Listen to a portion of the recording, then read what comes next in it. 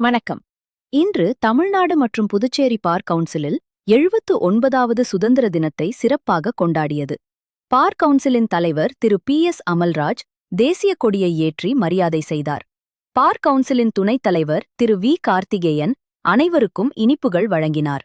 உடன் பார் கவுன்சிலின் நிர்வாகக் குழு தலைவர் திருமதி J பிரிசில்லா பாண்டியன் கலந்து கொண்டார்.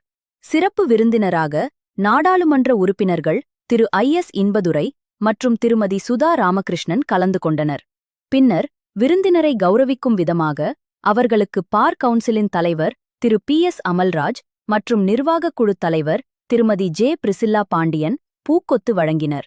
நிகழ்வைத் தொடர்ந்து துணைத் தலைவர் திரு V கார்த்திகேயன் மற்றும் நிர்வாகக் குழு தலைவர் திருமதி J பிரிசில்லா பாண்டியன் பொன்னாடை போத்தி கௌரவித்தனர்.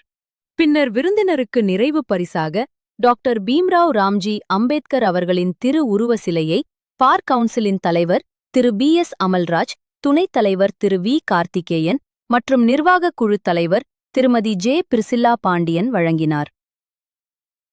இவ்விழாவில் கலந்து கொண்ட சென்னை உயர் நீதிமன்ற வழக்கறிஞர்கள் சங்கச் செயலாளர் திரு கிருஷ்ணகுமார், சென்னை பார் சங்கச் செயலாளர் திரு S திருவேங்கடம், சட்டக்கழகத் தலைவர் திரு செல்வராஜ் மற்றும் பல்வேறு சங்கங்களின் நிர்வாகிகள் மற்றும் உறுப்பினர்கள் கலந்து கொண்டு விழாவை சிறப்பித்தனர்.